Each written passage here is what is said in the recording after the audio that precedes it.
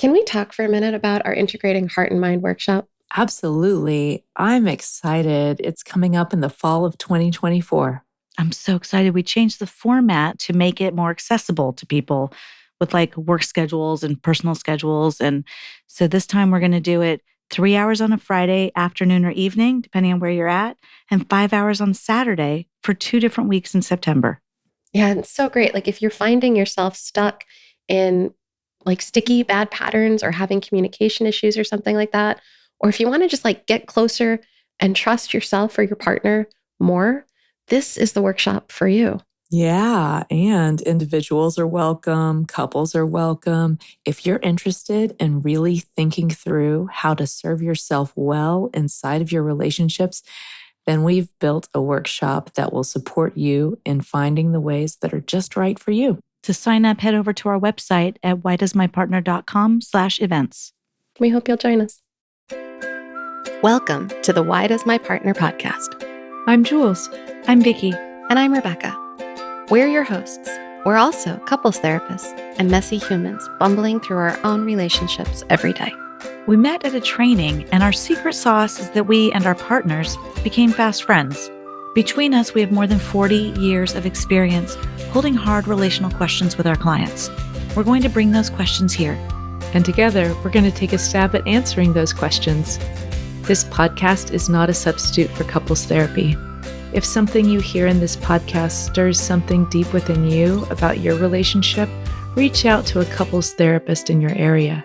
We also love to hear your questions, so don't forget to go over to whydoesmypartner.com to leave a question of your own.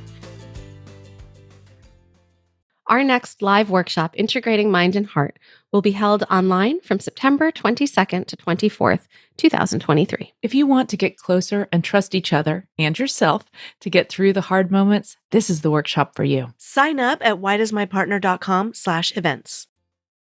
Today's question: why does my partner feel most comfortable connecting on a surface level? Because intimacy is hard. Vulnerability is fucking scary. Oops, sorry. But it's true. It's so true. Lordy. I also have follow-up questions though. Yeah, Yes. what's the follow-up? I'm wondering what a surface level is. No, I think this is a good question because I think sometimes we disagree even about that. Right. I'm not trying to be disagreeable either. No, I'm here's really the not. thing. I don't think you are. And I think this is an important point. Yeah. Is that so I might say to my partner, hey, hon, it feels like we've only been connecting on a surface level. And he says, what are you talking about? We talked about the school situation with our kid. And to him, that's a deep level. But to me, it wasn't a deep conversation. Do you know what I mean? I do. Like, I don't think we actually agree on that. Yeah. Necessarily. I don't mean me and Adam particularly. I just mean like people in Humans. general. Yeah. Well, part of it too is like we all have different comfort levels. Like we've been exposed to different kinds of conversation. Mm-hmm. That came up today in the house. That's why I'm laughing. Oh, goody. Real life data. Oh my goodness. What were we talking about? I don't even remember what it was, but I said something to Gabe about if we talked about it in my house or not. And he was like, we didn't talk about anything in my house. I was like, wait, anything like this or like anything? He goes, anything. So Yeah. Right. Rebecca, exactly what you just said. Right. Yeah. So like some of us have grown up without talking. Yeah. And About some anything of- that's happening on the inside. Yeah. Like, At all. Yeah. or even anything Or that's the happening on the outside. Mm-hmm. Yeah. Mm-hmm. Totally. Right. And some have grown up having really deep conversations. And some people experience those deep conversations as invasive. Yes. And intrusive. Mm-hmm. And some people experience not having those deep conversations as a lack of connection. Totally. Yikes. Yeah. And sometimes That's a lot. I think it depends too. Like there are moments when I know some of it's exhaustion. So like if I have a ton going on, let's say I have a week where I have an intensive case plus, 5 or 6 consults, plus I did a teaching gig and held a group of 30 people in a live teaching gig. And then if he wanted to have a more like in-depth conversation, I might not have the bandwidth in that moment. Yeah. Yeah. Like I might go, oh, wow, more connection? I don't know. I've been deeply connected with I've swam in deep waters all week. Mm-hmm. Mm-hmm. And then there were times like now I'm doing more like assisting at trainings and stuff like that. And I'm kind of tapped out.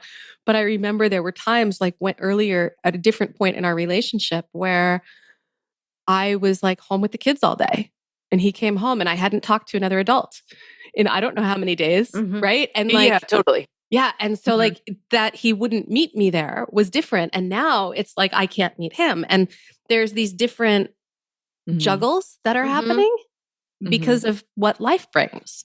You know what's coming up to me right now too is a couple I worked with where one of the partners said, well, I just feel like we don't connect deeply enough. And we were chatting about it and kind of getting into the details of it. And this person, we were talking about, well, how often would that be helpful? Yeah. How often are you hoping for?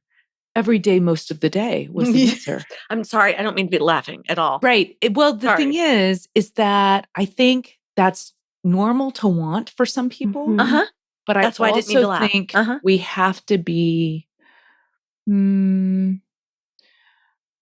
thoughtful about that expectation or about that hope, because I don't know that it's always realistic for both partners to want that frequency. I think that might be why I laugh, because I think that's me and my own stuff. I don't think it's realistic. That's all I want to do is talk about big stuff all the time. You know, I want it. There's a part of me that wants it. Actually, I want that constantly. Constantly. But hold on, because I got a question here for you around this. Okay. And I'm asking the question from a very like me place. Okay. So sometimes like I want that level of connection, but then as soon as I start getting it, it's like, I don't really want what I think I want. I don't know that I've ever gotten it, so I can't say But that. like if I get like 10 minutes of what I think I want all day long, I'm like, okay, wait, that was enough. That was enough. I can't really, I don't have the capacity. So I'm not saying it's always like that, but sometimes No, I know it's what you're like saying. that. Yeah. Sometimes I want the thing so bad because I don't have it. Yeah. And then when I have the thing, I'm like, oh, actually, like dipping my toe in the water was actually enough. That's a nice analogy too. Well, and it's also hard when for one partner dipping their toe in the water of a little bit more depth is enough, and the other one it really isn't. Right. Yeah.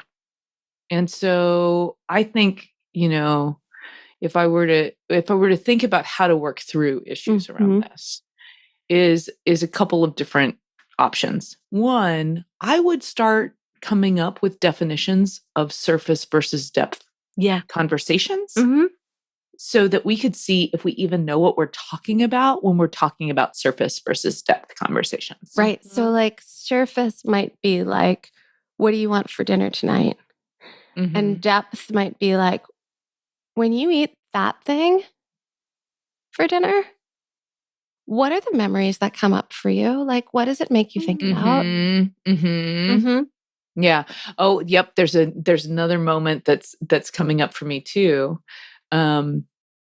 where working with a couple situation and one person asking questions like that and the other person feeling like that was invasive or like managerial. So like, are you trying to like, what kind of answer are you wanting here when you're asking me about my history? Like, what are you trying to get from me? I think it's worthwhile, one, defining for every, and if you have different definitions Which of you what probably that do. means, Let's just like, can we put the hard truth on the table? You probably do. Yeah. Only you're treating it like you don't. Right? Because magical thinking. Yeah, totally. Yeah. Well, the magical thinking is I want people to think the same way I do, but be different from me at the same time. So my life is interesting. I want them to be the same as me. I'll say. So you just want them to think the same and be the same. Yes. I want them to think the same, but not be the same. But not be the same. And I think mine is probably something like I want them to know how I think so that I can be known, but I don't want them to know me in the ways that I don't want to be known because I want some private spaces. But I also want to know them, but I don't want to know them too well because that takes the excitement out of it all. Gotcha. And by the way, you'd like all that to be known without too much talking about it. Yeah, I don't want us to have to talk about it because then that takes the spice. Yeah. I just want that knowing. I just want what I want, without the vulnerability. Yeah, I don't want the and I want to talk it all to death and agree on it. Yeah, gotcha. Mm-hmm. We can talk it all to death, but we have to be in agreement the whole time. Okay, wait. Yes. So I'm just noticing that the three of us all have like different magical wants. Guess what? Everybody has a different magical want. Yeah. Whoa. Yeah. Yeah. Even when I like to think that we all have the same magical wants. We don't. Like read my mind, blah, blah, blah. Mm-hmm. But no, Rebecca, you're right. We just all said them and they were all different. Yeah. And I bet every one of our listeners has something different that they want. Mm-hmm. If we have 100 people listening to this call, 500 people listening to this call, 1,000 people listening to this call, whatever, a million. That many different. There's that many different. Mm-hmm. Right. 20,000. Yeah. A million. Right. I'm aiming high. Dreaming numbers. It's exponential. But but that's the truth. Yeah. Go ahead, Jules. Well, or Vic. That's okay. The superficial versus not. Like I'm realizing when Gabe and I first started talking, all the pieces lined up. That's we were not arranged or anything, but not to bash that either. Sorry. But it was like, we're relatively the same age. We're both decent people. We're both Arabic descent and Americanized to the same part, to the same like amount, and Orthodox were the same religion. So all the pieces fit and we kind of knew it was going to work out for those reasons. And literally right now I'm realizing those were the accurate, but superficial reasons.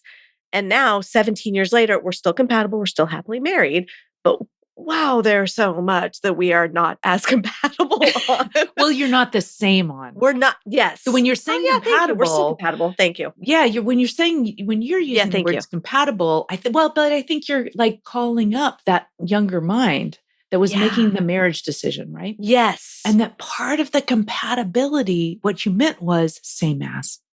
Yes. Right. Shared experience. Oh, yes. Yes. Yeah.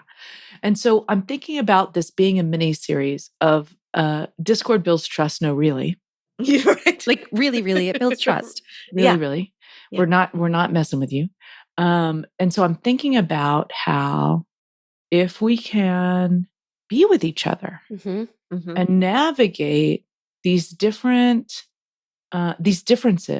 and really say them out loud and bring them to the table and start going, you know what? It is okay that we have different definitions of what this is. Right. Let me just know yours and let you know mine. Look at how much trust we are building as we, instead of trying to cover up the difference or pretend it's not there, actually say more. And, if I'm somebody who wants a bunch of depth and I am married to somebody who maybe likes to bounce on the surface, there's a lightness, there's a fun, there's a play energy that person wants in the relationship. There's a lot. Maybe they have a heavy job or something, right? Where actually at home, I don't want to be in depth. I want to be light and have play in our lives. Well, and can I just pause us there for a minute? Because I'm going back and I'm rereading the question. Why does my partner feel most comfortable connecting on a surface level? Right? Thank so you. They feel most comfortable there. So, and what you're talking about right here is this light element of play. So why does somebody maybe feel most comfortable on a surface level where we can have this lightness and maybe some more playfulness? Like, let's play with that, right? Like, what is it? What is it about the lightness or the surface level that allows for more comfort? Right. Let's explore what brings comfort, what brings pleasure, what like deep conversations bring a different quality to something about connecting. There's a lot of different kinds of qualities we might be looking for or needing or wanting. Absolutely. And for some people, I notice depth brings comfort and safety. Yeah. And for other people, it doesn't. Surface or play. And it could be like you were talking about, Beck, like it could be, it's more comfortable for me because it's all I've ever known. We didn't talk about anything. And it could be more comfortable for me because it meets a need that's different than the need depth meets for me. It could be comfortable for me to go deep because I haven't really known people, and this helps me get to know you. But it could Mhm. also be uncomfortable for me to go deep because nobody's ever gone deep with me, and I don't know how to do that well. So, Mhm. like, there's different, Feels Mhm. wobbly. there's so many, right? And so Mhm. I think that the piece here in this mini series about discording building trust, like that it Mhm. actually does, is that Mhm. go ahead and feel into these moments of the mismatch Mhm. and Mhm. then lean into navigating them together. Lean into figuring out, oh, well, this is what it's like for me. What's it like for you?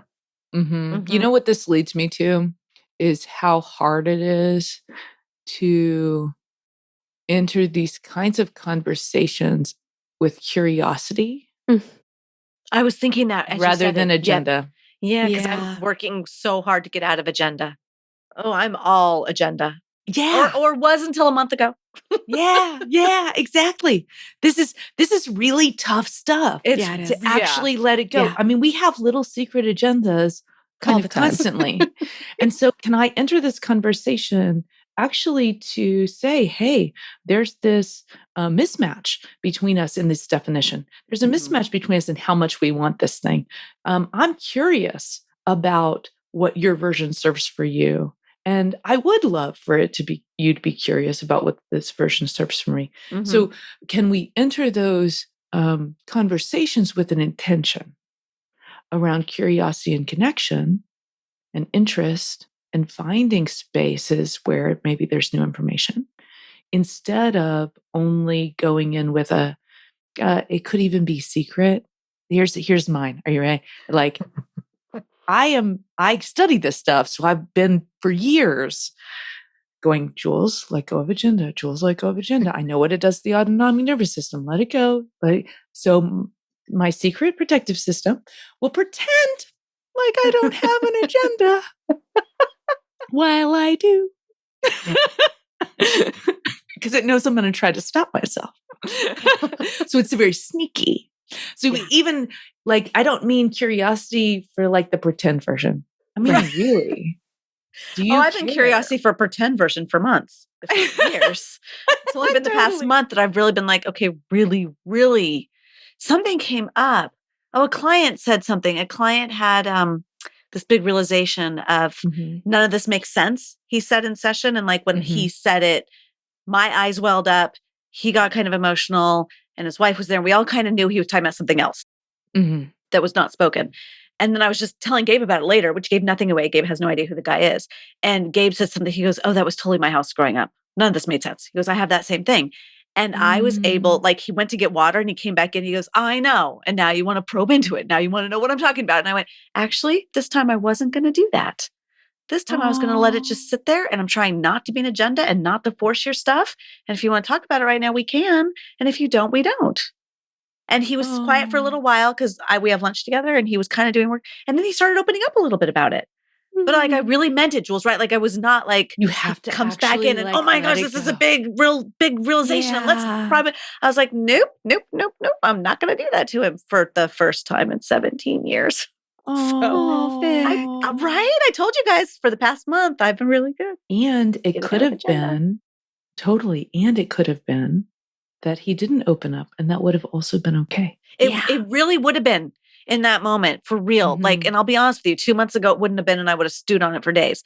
But no, I Mhm. was like, I'm really gonna let him do this his way, and we're not. And I mean, maybe I gave him the space to do it. I don't know, Mhm. but that was not my intention at all. It was I'm gonna step out of that and really Mhm. not probe I'm into not going to this. worry about it. I'm not gonna worry about it. I'm just going to Yeah, take the piece of intimacy that did happen yeah, and let that be enough for me for this moment. yeah. That's right. Yeah. Yeah. Yeah. But it's hard to So, get out of that agenda. oh, it is. And, I'm constantly in it accidentally. So, I think one of the reasons we just should name that it's so hard to get out of it is because it's so practiced in so many of us. Like it's mhm, what we know in terms of connection. We know agenda. We don't know mhm. curiosity. And Yeah, not so, really. Okay. We know yeah, how to pretend curiosity, but yeah, do we actually know how to do we curiosity? know how to do curiosity in service of our agenda. That's what I mean. Yeah, Yeah, exactly. Okay. Yeah. yeah, yeah. But let's come back to that. I think that's probably a Mhm. good one for For keeping that conversation alive. Yeah. yeah. So for now, if you have interest in why your partner maybe is more comfortable in surface stuff, you could ask them. Lean into the interest. Yeah. Yeah. Yeah. Awesome. And we could have a big conversation about what that even means and what our differences are there. Yeah. All right. All right. We're going to be back next week with another Why Discord Builds Trust. No, really mini-series. No, really. Really? Until then, take good care. Bye. Bye-bye. That wraps up this week's episode. Join us again next week for another Why Does My Partner? We hope that you continue to listen wherever you get your audio and that you'll follow the show. To go deeper, join us at one of our workshops. You'll find our next date at whydoesmypartner.com. Did you know you can ask us your questions? Your questions are relational gold. Go to whydoesmypartner.com to either write in or record your question for a future episode. And here's some gratitudes. Thanks to Al Huberman, our sound editor and podcast production magic maker. Thanks to every one of you who has joined us for our workshops in the past. We've learned so much from all of you. And thanks to everyone who's reviewed the show on Apple Podcasts. Your reviews help others to find the show. Take care of each other best you can. See you next time.